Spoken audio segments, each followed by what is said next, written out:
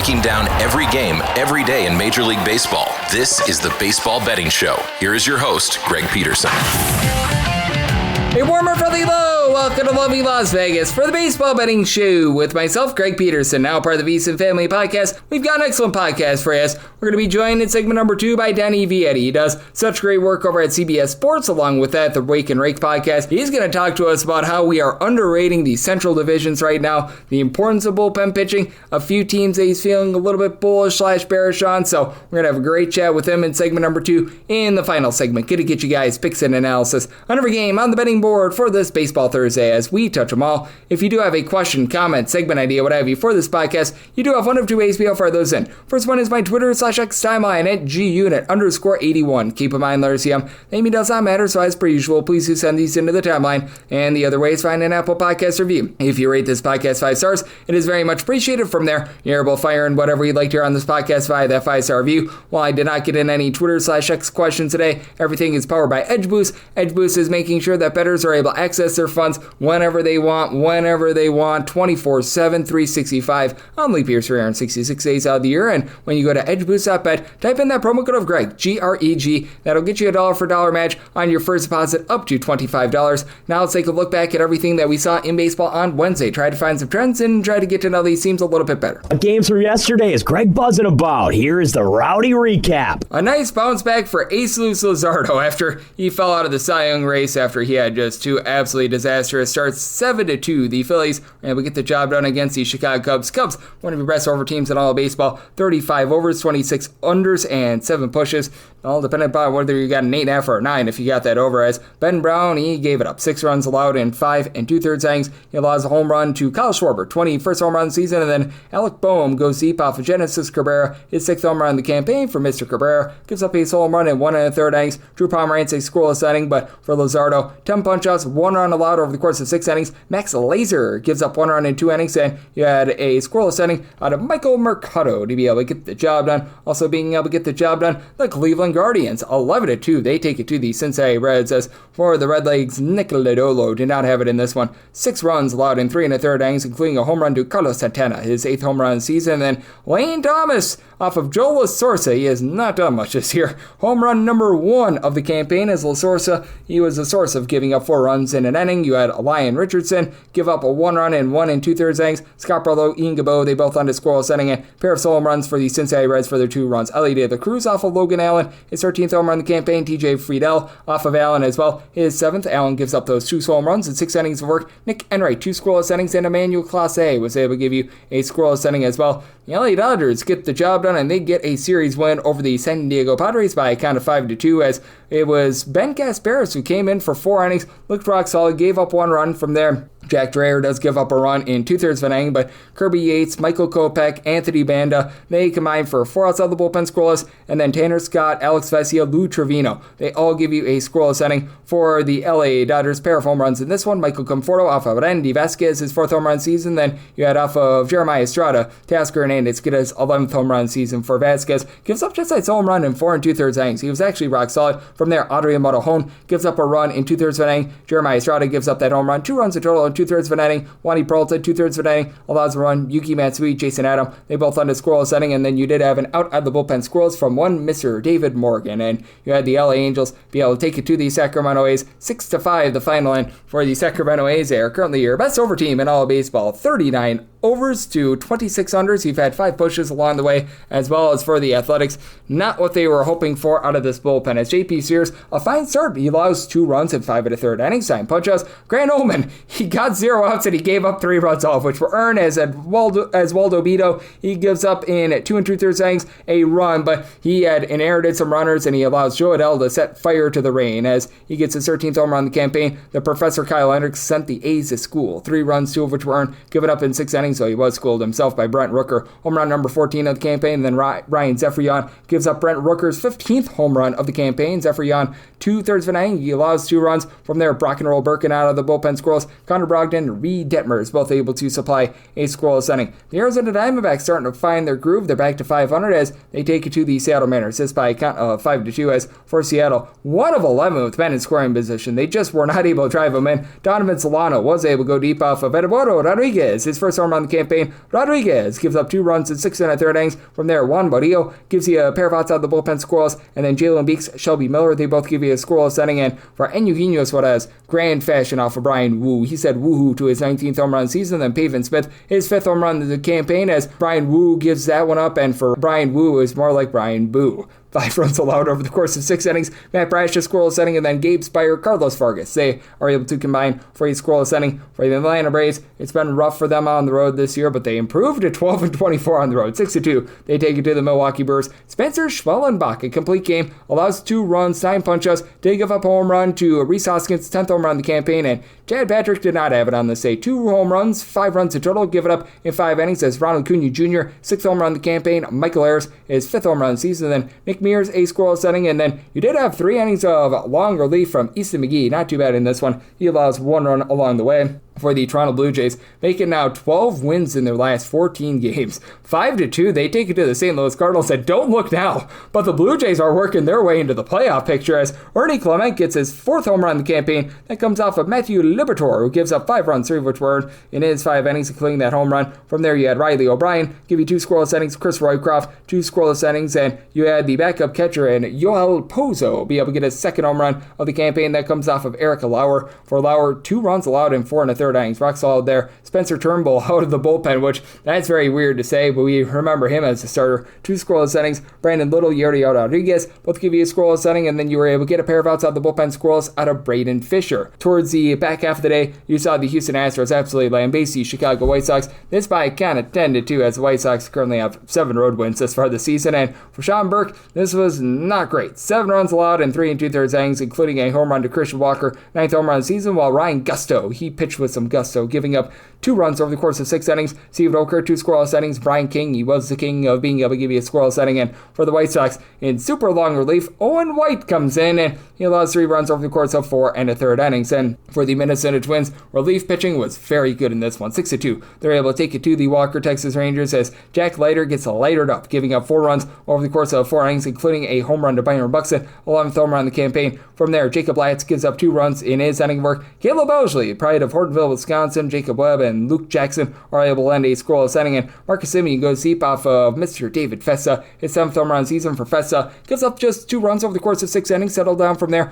Brock and Roll Stewart, Louis Varlin, and Yohan Duran all in a scoreless inning, and if you had the over in this one, game was 6-2 at the end of the 5th inning, and game ends 6-2. So that was a little bit of a rough one, and this was a rough one for the Royals as the Yankees slug them out 6-3. They get the job done over the Kansas City Royals as Clark Schmidt, very good start here, 6 scoreless innings. Brent Hedrick along with Fernando Cruz combined for 2 scoreless innings, and then Mark Leiter Jr. tried to lighter this game up. 3 runs, 2 of which were earned, and he only got 1 out as he allowed a home run to Salvador Perez, 6th home run in the campaign, but Devin Williams gets the final 2 outs of the game to be able to hold down the fort. And for the Kansas City Royals, he had Chris with K. Bubich have his worst start of the year, giving up 5 runs in 4 1/3 innings. From there, Steven Cruz gives up a solo home run in his inning of work as Aaron Judge, he was judge, jury, and executioner. 25th home run of the campaign. Jonathan Bolin, 5 outs of the bullpen scoreless. Daniel Lynch and Anel Zerpa, they're both able to give you a scoreless inning. The New York Metropolitans just continue to be rock solid with their pitching. 5-0. They take it to the Washington Nationals as for the Nats, nothing doing in this one, and not a lot doing for Jake Irvin either. 4 runs allowed over the course of 5 innings, including a pair of bombs. For the Mets, Brandon Nimmo was able to go deep twice, his 11th and 12th home runs of the season, with one of those home runs coming off of Jackson Rutledge, who gave up that home run in 2 innings of work. Zach Brzezinski, he was able to give you a scoreless inning. And then you had for the New York Mets, David Peterson, great name. He was able to pitch a complete game shutout, allowed 6 hits along the way, and he also did have a home run for Juan Soto off of Jake Irvin. 13th home run of the campaign, and I believe a 6th home run over the last 21 days. So he is starting to heat up. The Boston Red Sox were able to get a nice win over the Tampa Bay Rays, this by a count of 4-3, as for the Rays, Zach Little gives up 4 solo home runs in 6 innings of work. Very lucky that the damage wasn't worse here, as going deep for Boston, Abraham Toro, 5th home run campaign. You had Jaron Duran get home run number 5 of the campaign as well, and Marcelo Meyer, home runs number 2 and 3 of the season. And for Walker Buehler, he fills 7 innings, gives up 3 runs along the way, including a home run to Yandy Diaz, 10th home run of the campaign. From there, you did have Justin Wilson, Greg Weissert combined for a scoreless inning, and Aroldis Chapman, he was able to fill a scoreless inning. And for the Rays, Mason Montgomery along with Eric Orze, they were both able to give you a scoreless inning as well. For the Tigers, things got very overwhelming in the the 8th inning. The Orioles take it to the Tigers by a count of 10-1, as this was a game that was 3-1 going into the bottom of the 8th, and then a very reliable Tigers bullpen, well, it was not so reliable, as Casey Mize gives up 2 runs in 5 1/3 innings, did allow a home run to Ramon Urias, 3rd home run of the campaign, and then in that 8th inning, you had Bo Brisky give up a home run to Jordan Westburg, his 6th home run of the campaign. As for the bullpen, you did have coming in first, Tyler Holton give up a run in 1 1/3 innings, and then Brendan Hennefy gives up 2 runs at his inning work. Brisky came in for an out. He gave up that home run, 5 runs in total allowed while getting that 1 out. And for Baltimore, great start here from Mr. Zach Eflin. Pretty Eflin good, as he gives up 1 run in 6 2/3 innings. Keegan Aiken and out of the bullpen scoreless, and then Brian Baker and Gregory Soto. They're both able to land a scoreless inning, and then to start off the day, you did have the Pittsburgh Pirates walk the plank to a win over the Miami Marlins. They get this one done by a count of 5-2, as for the Fish, just not a lot doing off of Bailey Falter, who did not live up to his name. Gave up a solo run over the course of 5 1/3 innings, so he did once, as he does allow home run number 1 of the season to Roberto Hernandez, so good for Mr. Roberto Hernandez. From there, you did have Braxton Ashcraft be a little bit of a load of Ashcraft. He only got an out. He gave up a run along the way, but Caleb Ferguson, David Bennar, both landed scoreless inning, and Dana Santana, 4 outside the bullpen scoreless, and Andrew McCutcheon, more like Andrew McClutcheon, 6th home run of the campaign. That comes off of Cal Quantrill, allows 4 runs, 3 of which were earned over the course of 5 innings, and Blake Bakar in long relief, not too bad in this one. He does give up 1 run over the course of 3 innings, and then late night out there in Colorado. For the Colorado Rockies, they just blew another lead. I do have to have this up by midnight Pacific, 3 o'clock a.m. Eastern. When I started off this recap, they were up by a count of 6-3 here in the 8th inning. They have blown the lead. Where have we seen this before? Oh yes, we saw it on Tuesday as well. So I'm doing this as there's no final, but I can assure you the Rockies are probably not winning this game, because they're 12-54 this year, and they're absolutely terrible. And Robbie Ray was more like Robbie Boo in this game. 4 runs allowed, 2 of which were earned. Now, Gerard Encarnacion had a little league error in this game where you had 2 at the same time that did not help out his cause.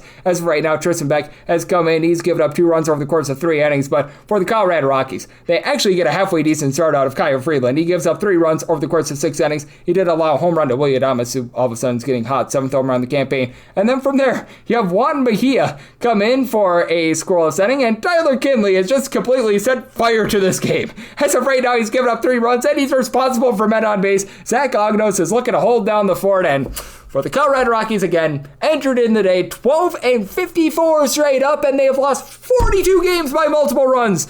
No other team in the National League has 42 losses, let alone 42 losses by multiple runs. So that's where we're at with the Colorado Rockies. And if you're looking trend-wise at where we're getting in Major League Baseball right now, again, with the San Francisco Giants versus Colorado Rockies game pending, we're just going to give the Giants a win.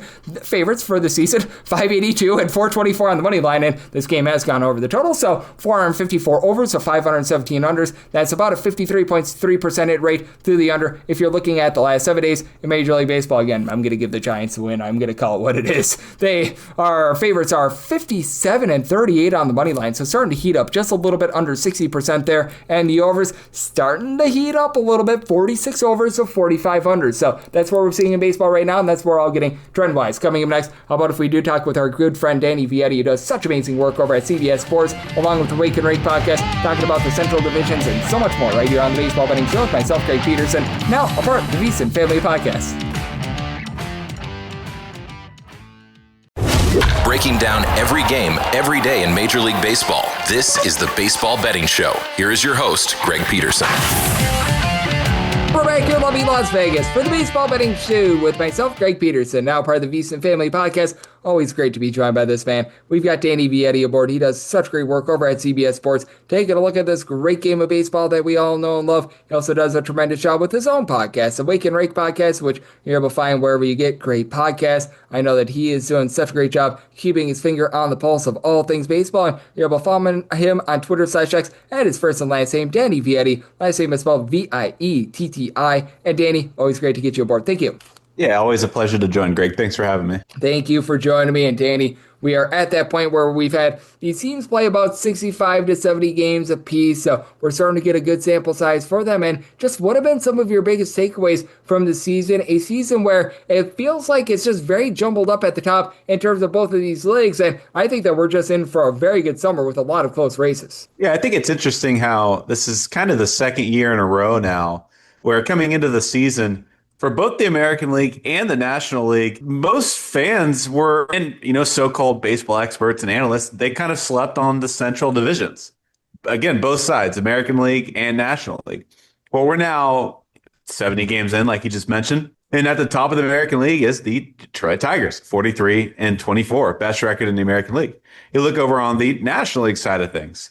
As it stands, when we're talking right now, we have the Mets at the top, but right underneath them, above the Dodgers, at least in terms of win percentage, is the Chicago Cubs of the National League Central. And not to mention teams right in the race. You look at the American League side of things, the Twins, 35-30. They hold a wild card spot. Right behind them, and the two teams looking on the outside in the wild card race are the Cleveland Guardians, Kansas City Royals. Over in the National League, I already mentioned that the Cubs, second best record in the National League. In the wild card, you got the Cardinals that are on the outside looking in just behind the Padres. The Milwaukee Brewers, 35-32. Cincinnati Reds, right behind them. I guess just one kind of storyline that's been intriguing for me, and maybe it's East Coast bias and West Coast bias, and most of the sports media members are located on each of those coasts. It just seems that people continue to sleep on the Central Division teams in the Central United States. It's very fitting when you consider the fact that the NBA Finals going on right now, Indianapolis, Indiana Pacers, Oklahoma City Thunder. And then we've had the Kansas City Chiefs dynasty in recent years. It just seems like year in and year out, myself included, these so-called sports analysts and sports experts just continue to sleep on these central divisions, and this year is no different. And I'm so glad that you mentioned the Central Divisions, because I do think that the most intriguing division might be the AL Central, where you do have that clear favorite of the Detroit Tigers, who I just look at them as perhaps being the most complete team in all of baseball right now, with the way that their bullpen has been able to operate. The offense has taken so many strides forward from a season ago, but also take a look at the other teams in that division, not named the Chicago White Sox, sorry about the Chicago White Sox, but all those teams have a good possibility to be able to make the playoffs, but each of those teams have strengths and weaknesses, with a lot of the strengths for those other teams being their pitching. Yeah, I was just kind of looking at the numbers earlier today. A kind of an aspect of baseball that's often overlooked, especially early on in the season, is bullpen pitching. And that's really what the Tigers are so dominant at, is their relief pitching, and how dominant they are in late innings, and how their starters don't necessarily have to go 7 or 8 innings. They can give them a solid 5 or 6, and their bullpen's able to do the job. If you look at Fangraphs and you look at team leaders for relief pitching this year, the teams at the top in terms of wins above replacement are the Twins, Astros, Mets, and Padres.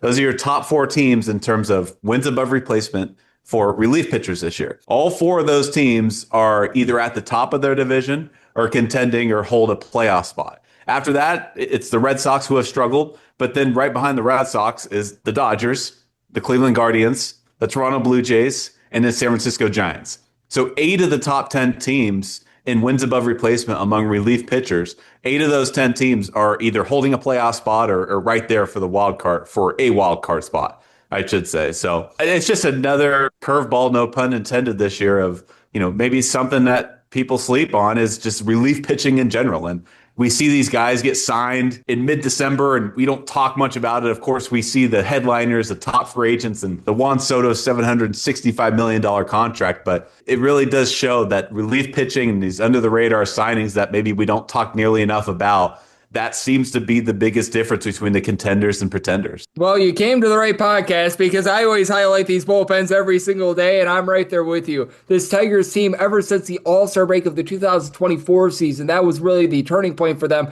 Number 1 in the American League in terms of bullpen ERA. I'm right there with you. We can have like a guy like a Brant Herter give you a few innings as a starter, be a long reliever in the bullpen. Will Vest, Tommy Kahnle, all these guys coming up so big for them. I am right there with you, and that's just really the way it's been in this entire division as well, because I look at the Royals and the way that they're staying in it, because they were actually dead last going into Wednesday in terms of runs per game at home, but the way that Lucas Erceg, who's currently on the injured list, Carlos Estevez has stepped up in that bullpen is big. The Minnesota Twins have been unexpectedly really good in the bullpen, with Yohan Duran becoming one of the best closers in all of baseball. And for the Cleveland Guardians, we know that they were number 1 in terms of bullpen pitching last year. It's taken a bit of a fall off this year, but it feels like Emmanuel Clase and company, they're starting to pick it up. I think that that's the commonality with that entire division. They just have dominated in the bullpen, and these Midwest teams they are talking about, many of them have been very good with that aspect, and it's a less than sexy, shall we say, portion of the country, less than sexy portion of baseball that we take a look at, but it's the reason why these teams are succeeding.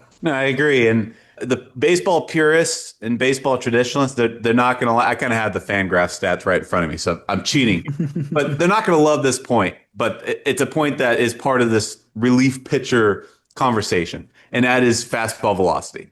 And I know that we all fall in love with the Kyle Hendricks, Brent Suters, and the guys that can still get things done with an upper 80s fastball.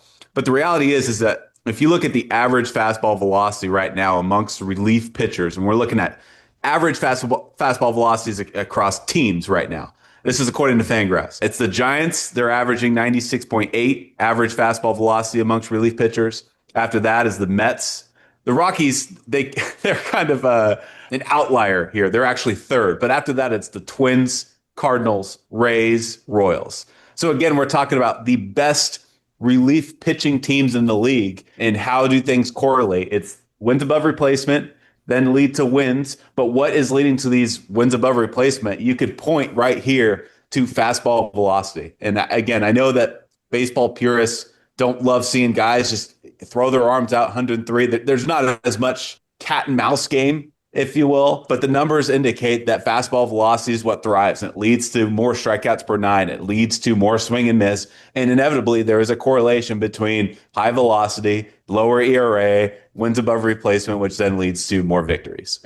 Oh, and I'm so glad that you bring it up with the podcast that I do. That is just music to my ears. As we do have Danny Vietti, who does great work over at CBS Sports, joining me right here on the Baseball Betting Show. And certainly we were taking quite a bit of a look at the AL Central. How about that NL Central, though? Because you did mention that. I remember when you came on this podcast so much last year, you would call it a mid-off. And I think that it's fair to say the Chicago Cubs have been able to bust through that a little bit. But how do you take a look at the other teams out there? Because I do think that it's going to be an uphill battle for there to be more than one team from the NL Central to be able to get into the playoffs. But the Brewers have been able to get hot recently, and the St. Louis Cardinals team that, I mean, they always say chicks love the long ball, and ironically enough, Mark McGwire was in that commercial. They really don't have a lot of power rating, but they just keep finding a way to get the job done, especially at home. The Cardinals continue to defy the odds, and I'm glad you brought up the mid-off conversation too, because it's true. Like that's what I wanted to point out by saying, like, these so-called baseball experts, and like that's myself included. I continue to sleep on the Central team, so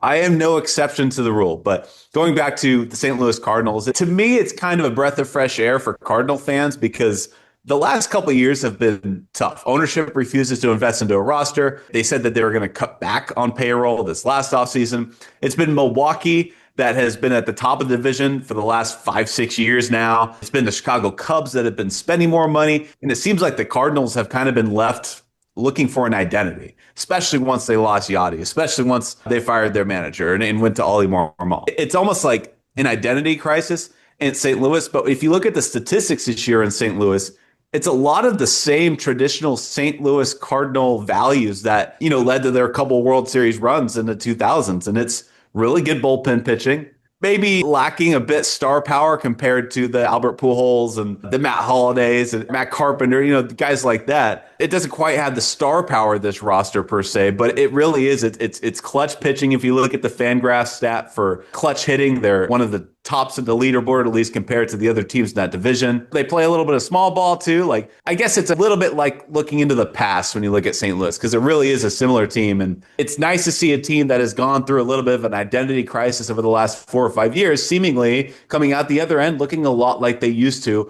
back when they were in its winning days. Yep, I'm right there with you. It has been really nice to be able to see. And for the St. Louis Cardinals, we'll see how long they're able to go, because the one thing that is unlike what they were in the past is typically they had a little bit more of the deep ball. Not so much of that this season, but certainly they've been able to do a nice job there. And for the Milwaukee Brewers, they're right now in a series against the Atlanta Braves. I think it's oh so fascinating. And how do you take a look at the team on the other side in the Braves, where it's been such a struggle? We saw the 6-run blown lead a week ago against the Arizona Diamondbacks, and you just know that this team is better than what their record shows, but for the life of them, they have not been able to win on the road. You get back Ronald Acuna Jr., but even that hasn't done a lot of good for this team. It's strange. I've been using this comparison for the past probably week and a half, and the Braves are looking a whole lot like the 2023 San Diego Padres, a team that, if you look at the team numbers, if you look at the baseball savant numbers, the baseball metrics, the hard hit percentages, the expected batting average versus the actual batting average, it doesn't seem to align with how many wins that they have come out with. They have superstars on their team, Acuna, Strider, albeit those guys were injured to start the season. Albies, Olsen, a very highly established closer, Raisel Iglesias, although he hasn't pitched well this year. But if you look at the numbers as a team, like Atlanta's top 5 in hard hit percentage this year. If you look at their average exit velocity, Atlanta is 4th in baseball with a 90.1 average exit velocity. They're hitting the baseball hard. They're just flat not getting the results. And the biggest issue for Atlanta, very, very similarly to the 2023 Padres when they missed the playoffs and underperformed, it has been runners in scoring position. They have not been able to get the job done with runners in scoring position. They're getting guys on base, but their runners in scoring position, I want to say they were 18th the last I checked, which was this past weekend. They were 18th in baseball in batting average with runners in scoring position. The OPS and on-base percentage similar in terms of ranks among MLB teams. So they're getting guys on base. They have talent. They're just not getting the job done in clutch situations. They're not getting the job done with 2 outs, runners in scoring position. Any rally that they seem to have, they're grounding into double plays. So again, it just goes back to what really reminds me of the 23 Padres in that you have so much talent. Not only do you have talent, but this talent has, for the most part, stayed pretty healthy, especially compared to last team's roster. And the results just flat haven't been there. So I kind of call it an anomaly, because when you look at the baseball savant numbers and you look at the exit velocities, hard hit percentages, you look at the pitching staff and what they've been able to accomplish, the numbers don't indicate that they should be as poorly as their record shows. But that's the beauty of baseball, I guess, is numbers don't always tell the whole story.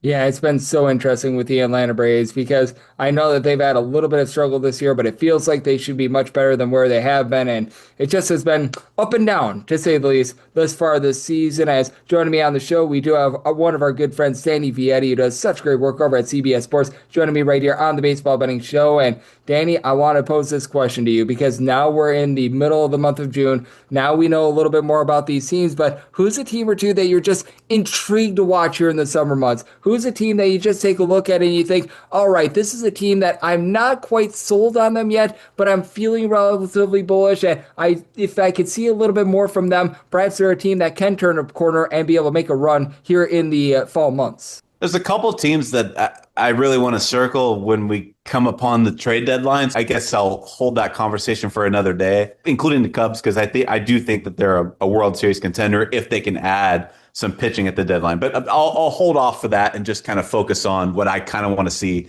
on the field. And that's Cincinnati. They've been playing some really good baseball in the National League Central, and they're starting to get healthier. Best record over the last about month and a half, 2 months nearly, since May 1st, essentially. The Tigers are at the top, Twins right behind them, and then Yankees. But the best record in that National League are the Cubs and Cardinals. I just kind of circle the Reds, who in that same time period, they're at 18-18. Milwaukee has played better baseball in that same span at 19-17. So you just have kind of a race in that National League Central of 4 seemingly good teams that are getting healthier by the minute. And so I think the Cubs are the best team in that division, but I kind of wonder if the Reds, if the Brewers, if these teams in the National League Central, the Cardinals can kind of get healthier, add some more talent, maybe bring up a prospect here and two, and kind of see if they can give the Cubs a good run for their money here. Yep, I think that they are going to be such a fun team to look at. That entire Central, as you were pointing out, I think that there is going to be a lot of fun. There's going to be a lot of intrigue there, and Danny, I know that you're doing such an amazing job taking a look at this great game that we all know and love of baseball. You do a great job with your own podcast as well, the Wake And Rake Podcast with Will Middlebrooks, a former World Series champion, but more importantly, a former Milwaukee Brewer as well. Let the good people at home know it's all on tap for you and how people can follow along on social media and other platforms. Yeah, new interviews seemingly every week on the CBS Sports YouTube page. You can find all that on cbssports.com and all your favorite social media devices at CBS Sports on X, TikTok, Instagram, and wherever you get your social media. Absolutely. And Danny, he's doing such an incredible job taking a look at this great game of baseball. And every single time he joins me, lends such great insight. So a big thanks to Danny for joining me on the Baseball Betting Show, now part of the VSiN Family Podcast. And coming up next, it is that time of the podcast. I give you picks and analysis on every game on the betting board for this Baseball Thursday as we touch them all.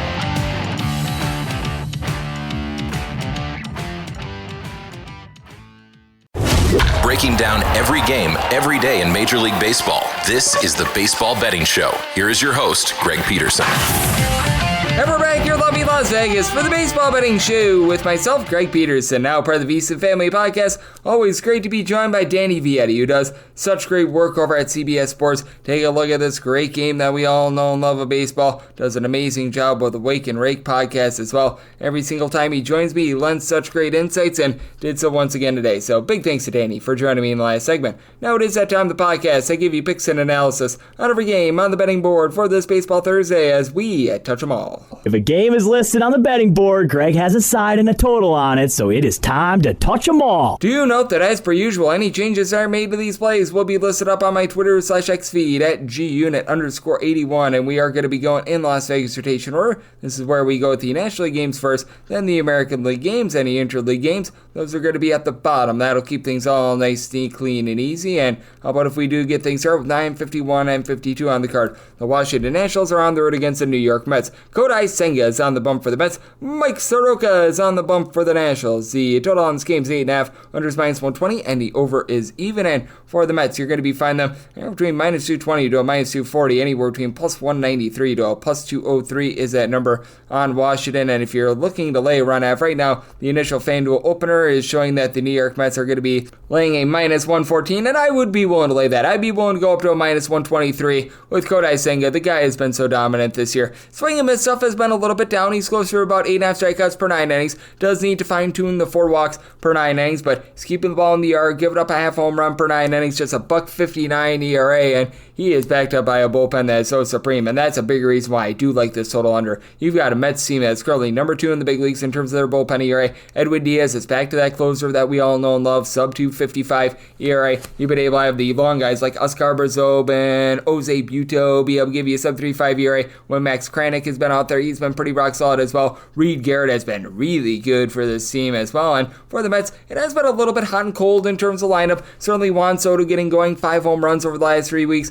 That's been pretty rock solid. Even though he's not hitting for the world's greatest average, he's still giving you north of a 360 on base. Obviously, Pete Alonso has been amazing, 394 on base, 17 home runs. Francisco Lindor, he is fighting through that broken toe, and he's still giving you 14 home runs. Bottom of the lineup is a little bit more hit or miss. Brett Beatty, they were giving Luis Torrens a few at-bats. They've got this young guy that I really like, Ronnie Mauricio, who I think has got a lot of upside. And then for the Washington Nationals, this team was a top 7 team with regards to runs per game in the month of May. I do think that there might be a little bit of regression here because they are striking out quite a bit. CJ Abrams, Nathaniel Lowe, 9 home runs piece. Lowe's not hitting for a great average, but Abrams is able to about a 270. Ahmed Rosario moves the line. He's hitting at 280 along with Alex Call. And Call's giving you closer to about a 380 on base. So do like that. Obviously, James Wood, main guy for this team, 16 home runs, but now they're looking to some of these young guys, like they gave Andres Chaparro a start yesterday. They're looking for him to be able to give you a bit of something with Dylan Cruz currently on the injury list. And for the Washington Nationals, I think that the bullpen is going to start to improve a little bit, but that has been a rough spot for them,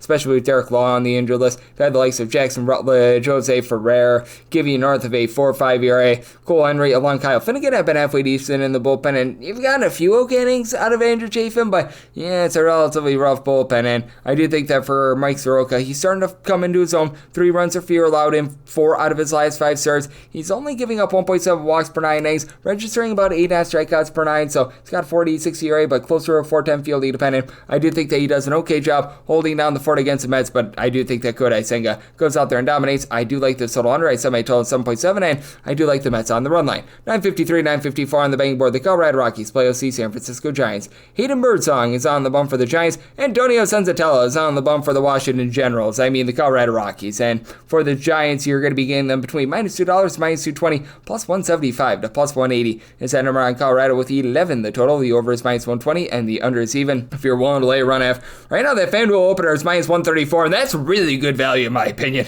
I set my run line at a -187. Keep in mind that for the Colorado Rockies, all but 12 of their losses entering in the day on Wednesday have been by multiple runs. Like, my goodness gracious, this is just absolutely terrible. If you take into account the wins, they had 12 in total entering into the day. You've got 12 there, and you've got 12 one-run losses. That means that they have had 42 games in which they have lost by multiple runs, and they've had 24 games in which they have covered the run line. Just absolutely deplorable stuff right here. And for the San Francisco Giants, they have had a little bit of ailment with having out of the fold for the last few days Matt Chapman, but Salvador Ramos, Wilmer Flores give you 11 home runs this season, and Ramos is giving you north of a 350 on base. He's hitting at 290. Jungle Lee has seen a little bit of a difference since the beginning part of the season. So has Mike Yastrzemski, but Yastrzemski's still giving you about a 330 on base. Tyler Fitzgerald has dealt with some injuries. He's back in the fold, and for Jungle Lee, he's hitting at 275, and they get to go up against Antonio Senzatella, who's got north of a 6 ERA, is giving up 1.6 home runs per 9 innings and 14.7 hits per 9 innings. He is a human pinata, and for the Colorado Rockies, this team at home can't even hit. They're averaging right around about 3.9 runs per game at home, and this is supposed to be the ultimate cheat code with regards to offense. You've got Hunter Goodman and Jordan Beck, who have been able to give you a combined 18 home runs. The rest of the lineup that you saw in terms of the starters for Wednesday had a combined 10 home runs this year. 10 between the other 7 hitters. Like, good grief. Thairo Estrada is moving the line a little bit, but when he and Orlando Arcia are you're supposed to be saving graces for this team, you know that you're in a bad spot. You haven't been able to get anything out of Kyle Farmer this year. Like, what are we doing here? Brenton Doyle is hitting right around the middle side of 200. These guys can't even hit at home. Now, the one thing that has been okay for the Rockies is the bullpen, but then, of course, they go out there and blow that game on Tuesday. You've had the likes of Jake Bird, along with Zach Ognos, Jimmy Harrigan. These guys be able to give you sub 4 ERA. Ryan Rolston has been able to give you a few good innings, but Senzatella is just absolutely awful. And then for the San Francisco Giants, they are numero uno with regards to their bullpen ERA. Just so many guys are able to come in there and lock it down. Hayden Birdsong was a part of that bullpen to begin the season. 2.55 ERA, and in his 4 starts, he's given up 6 total runs, albeit he's not going 6+ innings, but he's doing a nice job holding down the fort, and then you're able to pass it off to the likes of Randy Rodriguez, Eric Miller, Tyler Rogers, Camilo Duvall. All these guys give you a sub 3 ERA. Spencer Bivens has been pretty good in the long roll as well, so I do think that the Giants go out there and they just completely dominate. I did set my total 11.1. I do think that they get to the human pinata. I like the over, and I do like the run line of the Giants. 955, 956 on the betting board. The St. Louis Cardinals are on the road facing off against the Milwaukee Brewers. Sonny Gray is on the bump for the Cardinals, and Jacob Misiorowski is on the bump for the Brewers. The Miz finds himself as an underdog at home. You're going to be getting the Brewers between a +108 to a +113, -125 to -132 is that number on St. Louis. 8 is the total. The under is -120, and the over is even. I would need at least a +118 to take a shot on the Miz, but I do think that when it's all said and done, I probably am going to be able to get that plus number. I would be willing to back the Brewers on the money line there, and if you are taking a look at the St. Louis Cardinals in terms of laying a run half with them, initial opener, you would only be getting about a +130 on that run line, so just not a lot of value there. And for the Miz, he comes up to the big league level after looking just completely dominated at the minor leagues. Now, I will say this, with Misiorowski, he is wild. Throughout his career at the minor league level, 5.4 walks per 9 innings. He's honed that in a little bit more this year, 4.4 walks per 9 innings, and he just mows them down. At AAA Nashville this year, 2.13 ERA, 11.4 strikeouts per 9 innings. Like, my gosh, this guy's some really, really good stuff. That fastball, it certainly does hum, and for Sonny Gray, it has been a case where he has been pretty rock solid this season. He's given you an ERA about a 3.35. He had a really shaky start to the season, but how about this? 3 earned runs allowed in his last 4 starts. He has really been able to hone it in with regards to the strikeout numbers as well. A combined 30 strikeouts in his last 4 starts for him. He's got a 3.11 fielding dependent, only giving up 1.1 home runs per 9 innings, 9.7 strikeouts per 9 innings. Now, Sonny Gray last season had some very demonstrative home and road splits. This season, still pretty demonstrative. 4.57 road ERA, 2.85 home ERA, and really since he got to St. Louis, he's been posting up an ERA more than a 1.5 worse when he has been away from home. It is a Brewers team that doesn't necessarily have a ton of power in their lineup, though. When Christian Yelich is going, this team is going. When Christian Yelich is not going, this team is not going. He's been able to give you 13 home runs this season. Only hitting about a 235, though. You want to see a little bit more out of him, but he, Bryce Turang, Jackson Trio, Chisel Frelick, all been able to give you a double-figure amount of stolen bases. Frelick, Turang, William Contreras, Rhys Hoskins, all between about a 345 to a 355 on base, and Hoskins starting to get that power going as well. 10 home runs thus far this season. Now, at the bottom of the lineup, you've had Caleb Durbin along with Joey Ortiz, just really not giving you much in terms of this lineup, but overall, rest of the Brewers have been pretty rock solid, and you take a look at this Brewers bullpen, and that is the trepidation foundation they have with this team. They are currently in the bottom 10 in the big leagues in terms of bullpen ERA, though it feels like they're mixing and matching. They were relying upon Yoel Payamps, Elvis Peguero towards the beginning part of the season. These are guys that are either no longer with the team or they're down at the minor league level. Abner Uribe, Trevor McGill, Nick Mears all give you a sub-3 ERA. Aaron Ashby coming off the injury list, being able to give you multiple innings is nice. Jared Koenig has been a little bit touch and go, but he's someone that you're able to rely upon as well. And for the St. Louis Cardinals, Ryan Helsley has become completely unreliable for this team. 5 blown saves this far this season. You do have the likes of Phil Matone along Kyle Leahy give you a sub-355 ERA. Jojo Romero has been pretty solid in this bullpen as well, but you also have a St. Louis Cardinals team that's not supplying a lot of power right now. Your main home run hitters have 8 home runs this season. Wilson Contreras, Nolan Arenado, Lars Nootbaar, and for Arenado, he's only going to get 242. Expect a little bit more there. Wilson Contreras, along with Lars Nootbaar, both give you about a 335 on base, and Brandon Donovan has been great at moving the line, hitting about a 310. Alec Burleson, about a 340 on base. Mason Wynn, about a 340 on base. Not a ton of power, but guys are going to give you presentable at-bats. These are guys that are able to do a nice job finding a way on, but I think that there's going to be a lot of soft contact in this game. I did set my total at 7.8. I like the under, and if I could get Mizorowski at a plus 118 or higher, I'm going to be willing to fire in on that money line. 957, 958 on the betting board. The Pittsburgh Pirates walk the plank to Chicago to face off against the Cubs. Jamison Taillon is on the bump for the Cubs, and you've got Mr. Andrew Heaney on the bump for Pittsburgh. Right now, the initial opener that I'm seeing for the total is 7.5. Over is minus 120, and the under is even. And if you're looking at a run line there, that's a FanDuel plus 108 on the Cubs. Meanwhile, the money line price about minus 185 to minus $2 on the Cubs, plus 162 to a plus 171. That number on the Buccos. If I can get a minus 105 or better with regards to this Cubs run line, I'm going to be willing to take it in. I did set my total at 8.2. At an 8 or less, I'm going to be in on this total over. Now, you've had Jamison Taillon give up quite a few deep balls thus far this season, and the wind is going to be blowing in. It looks like it's going to be blowing in on this day right in the neighborhood of about like 6 or so miles per hour. It's not going to have the world's biggest impact, but at the same time, it's still something when you're out there at Wrigley Field, so that always does need to be taken into account. But for Jamison Taillon, thus far this season, he has been giving up about 1.9 home runs per 9 innings, but much of that was just a terrible start they had against the New York Mets. He had 3 home runs given up against the Miami Marlins about a month or so ago as well, but ever since then, 3 bombs given up in his last 4 starts, and he's given up 3 home runs in his last 4 starts, and he's given up 4 total runs, so do have to expect a little bit of regression there. 3.54 ERA, 4.83 fielding independent, but good news is he faces off against the Pittsburgh Pirates lineup that, while they've looked better recently, this is a Pittsburgh Pirates lineup that is still in the bottom 5 of the big leagues in terms of runs per game. You've got Andrew McCutchen, who's been able to give you 6 home runs. You've had Brian Reynolds get up to 8 home runs, and Oneil Cruz, 12 bombs, about a 350 on base. These are the only 3 guys on the roster with north of 5 home runs, so that fatal flaw of Taillon giving up the home runs not going to be as prevalent in this game. And then you've got the likes of Spencer Horowitz, Jared Trollo, Henry Davis, Alexander Canario, so many guys hitting at 215 or lower. Isaiah Kiner-Falefa continues to hit 9th, even though he's giving you a 350 on base. It makes no sense whatsoever. And for the Pittsburgh Pirates, this has been a bullpen that has been a little bit rough. You've got David Bennar, who's been pooping the Bennar this year, but has looked a little bit better recently, to his credit. Jay Shogurt has been able to give you a sub-375 ERA. Caleb Ferguson has been okay along Dennis Santana, but some of these longer guys, like then they've trotted out their Tanner Rainey. That has been not great, to say the least, and all of a sudden, this has been a Chicago Cubs bullpen that has been really good. If you take a look at the last 30 days in terms of bullpen pitching, the Chicago Cubs, 0.96 ERA.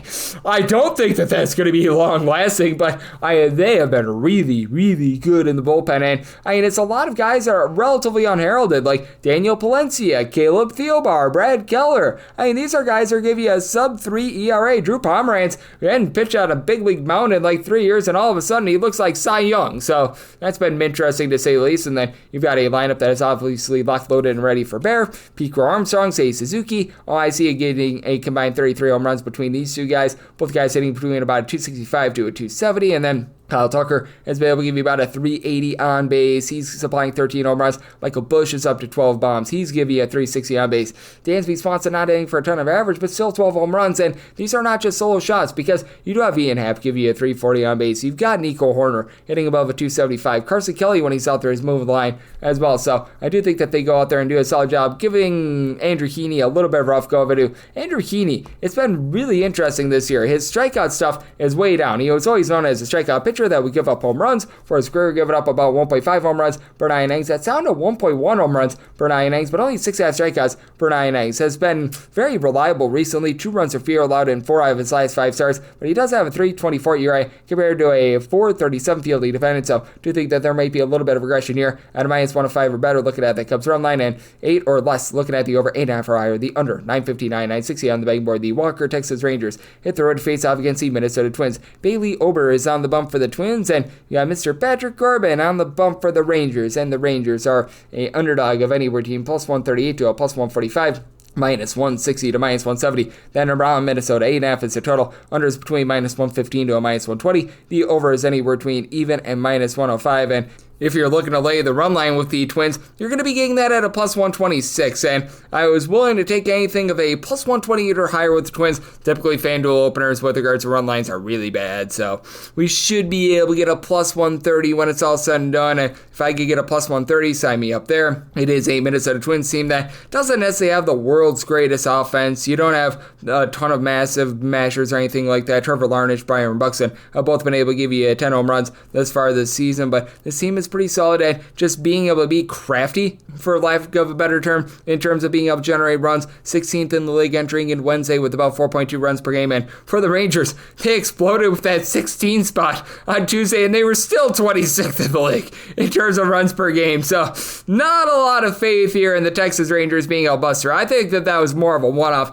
than anything else, because right now with the Texas Rangers, you just have so many guys that are not playing to the back of their baseball card. You've got Corey Seager has looked absolutely terrible since coming off the injury list. You've got these guys like Jake Berger, Marcus Semien, the currently injured Jock Peterson, Adolis Garcia, all these guys sitting at 221 or lower. Semien is like the only guy that's giving you north of a 275 on base. You've got Berger is giving you 9 home runs, so he's starting to work on that. And then Wyatt Langford, 12 home runs, but is only hitting at 230 himself. Just have had no consistency whatsoever with this team. Evan Carter is starting to rise up. He's been able to give you about a 255 or so average, so he's starting to give you a little bit of something, but it's been rough for them, and it's not like this is some sort of an amazing bullpen. Now, it's not a bad bullpen, but it's far from amazing. You've been able to have some pretty good performances out of the likes of Chris Martin, Hobie Milner, along with Robert Garcia. These guys have been able to give you a sub-315 ERA. When you look to Luke Jackson, he's been a roll of the dice along Jacob Webb, but I do think that for the Twins, one of their best attributes is this bullpen, as they did enter in the series a top 16 with regards to bullpen ERA. That did go up a little bit after they had that blow-up game on Tuesday, but, you still have a lot of guys doing a nice job holding down the fort. Danny Kaluma's out off the injured list and has yet to give up an earned run thus far this season. Then you've got Cole Sands, Louis Varland, Brock and Rolberg, the closer in Yohan Dodon, all give you a sub-3 ERA, and for the Twins, you could use a little bit more out of someone like a Carlos Correa, who's starting to give you a little bit more in terms of average, but again, 5 home runs at a 286 on base. You just expect a little bit more there. Ty France is stepping up. He's moving the line. He's been able to hit about a 280 for the team without a ton of power. Brooks Lee is hitting at 250. Harrison Bader at 255 with about a 340 on base. And then Royce Lewis, just a disaster. He's picking it up a little bit, but hitting below the Mendoza line 200, 1 home run and 91 at bats. You expect more there, but I like the fact that they've got Matt Wallner back in the fold, and I do think that for Patrick Corbin, he is going to be coming back to reality. I don't think that he's going to be as bad as he ever was with the Washington Nationals for the rest of the season, but if you take a look at the advanced numbers, he is doing for quite a bit of regression. He's right now got a 352 ERA,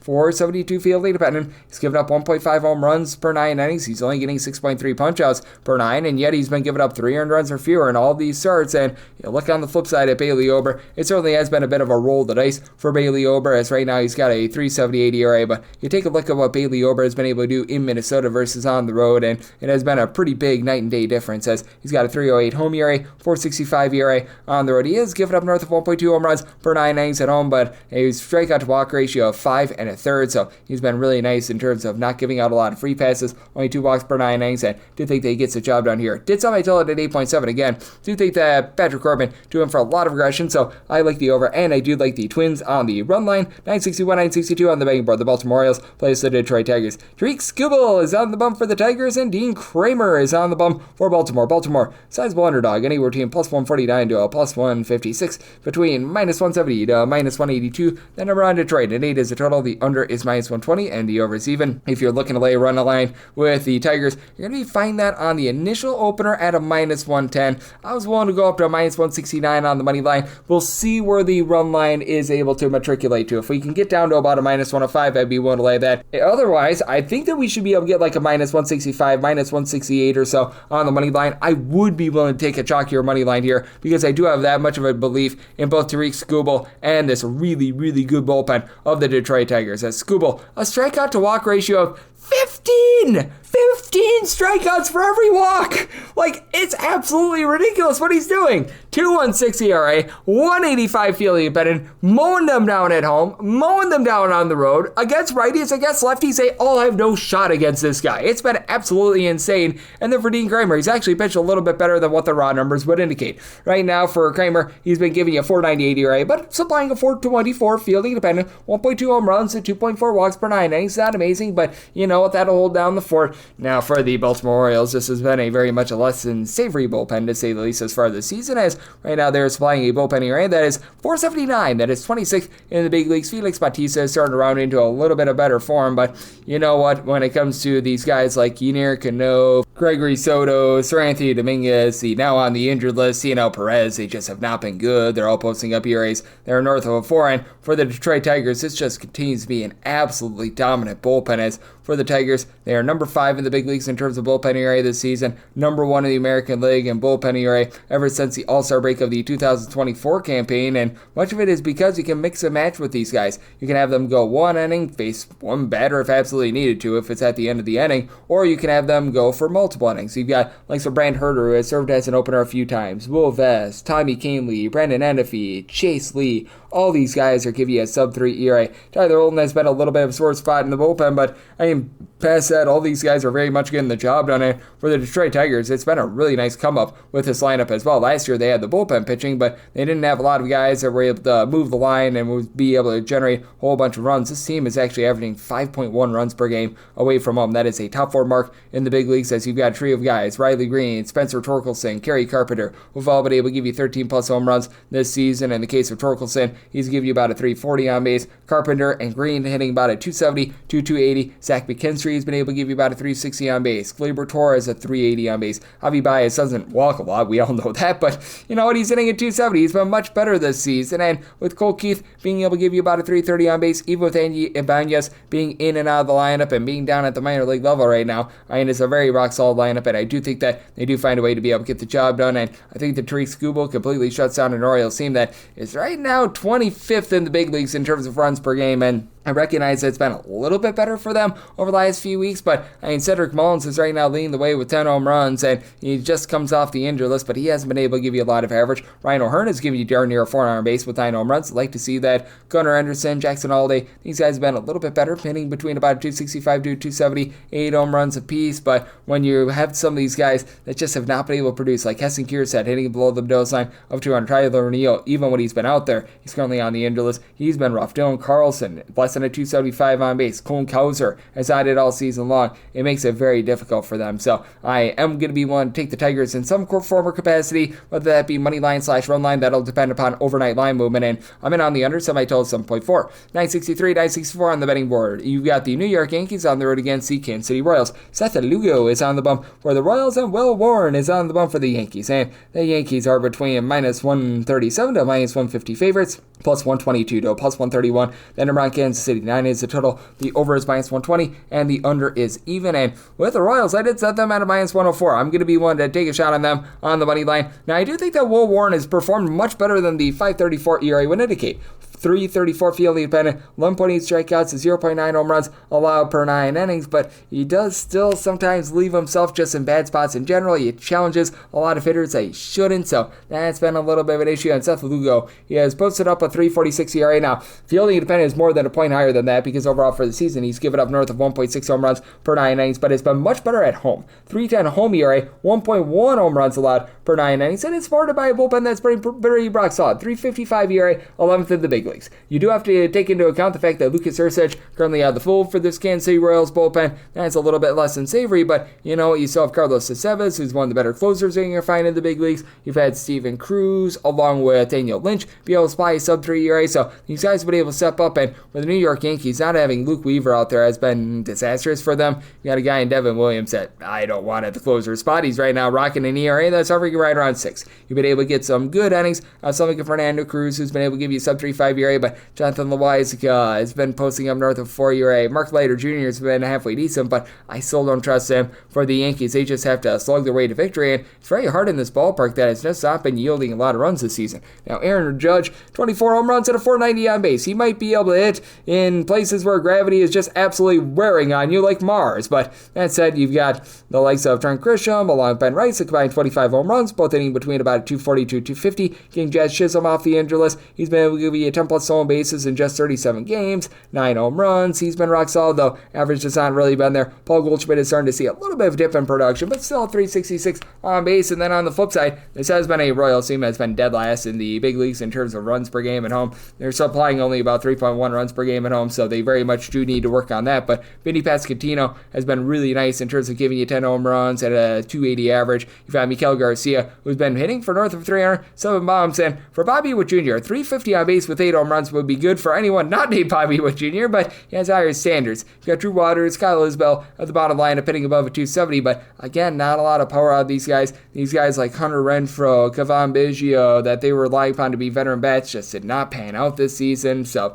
that's been an issue for that lineup, but I do think that this is going to be a low-scoring game, and I think that Seth Lugo does enough to be able to hold it down. I set my total at 8.3, like the sign under, and I do like the Royals on the main line, and wrap things up with 965, 966 on the card. The Houston Astros play out the Chicago White Sox. Davis Martin is on the bump for the Southsiders, and you've got Framber Valdez on the bump for Houston. Houston is a minus 228 to a minus 241 favorite, and anywhere between plus 193 to a plus 210 is that number on the White Sox. Draw on this game is 7.5, over and under anywhere between minus 105 to a minus 115, and if you are looking to lay a run half with the Astros, right now find that at a minus 110. I'd be willing to go up to a minus 122 for Framber Valdez. He has been money when he has been at home over the last few seasons, and it's been a little bit of a topsy-turvy year for him, but it does feel like he's very much coming into his own. Strikeout numbers are not amazing, but they're not terrible. He's getting about 8.9 strikeouts per 9 innings, right on par with his career averages, about 3 walks per 9 innings, as per usual, though just doing a great job holding the ball in the yard. He has given up 6 home runs across 13 starts in 85 innings.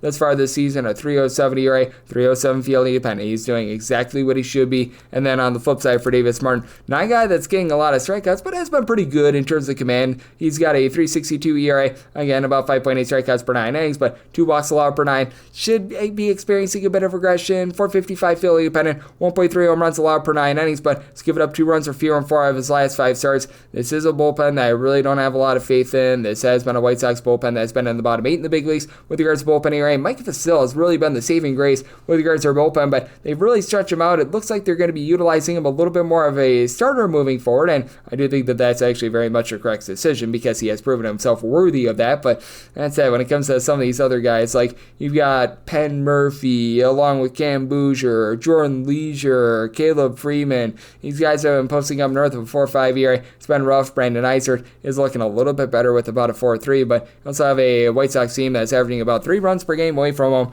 That is dead last in the American League. You've had Miguel Vargas be able to supply the team with 9 home runs, be able to lead the way there, but even though he had a home run earlier in the season, man, Luis Robert, I should say in the series, man, Luis Robert, .184 average, 6 home runs. This just has been a terrible year from 269 on base. Andrew Vaughn was so miserable that he got sent down to the minor league level. Lennon Sosa's hitting about a 270, and you got Edgar Quiero, the catcher, hitting about a 340 on base. Getting back Mike Tauchman should help, along with Andrew Benintendi. These guys have been a little bit banged up, so they give you a veteran presence, and these are guys that are actually able to hit a little bit. And for the Houston Astros, this has been an offense that legitimately has not been great this far this season. They have been a little bit better when they've been at home, as they're averaging about 4.4 runs per game, about 3.5 runs per game away from home, but did enter into Wednesday 23rd in the big leagues in terms of runs per game. You do have Jeremy Pena, who's done a nice job of just being able to put bat to ball. He's been able to give you north of a 300 average, 9 home runs this season. Then Isaac Paredes, up to 14 bombs. He's up to about a 345 on base. Jose Altuve, after start to the season, he's been picking that up as well, but you've got Yanier Diaz and Christian Walker, both supplying less than a 275 on base,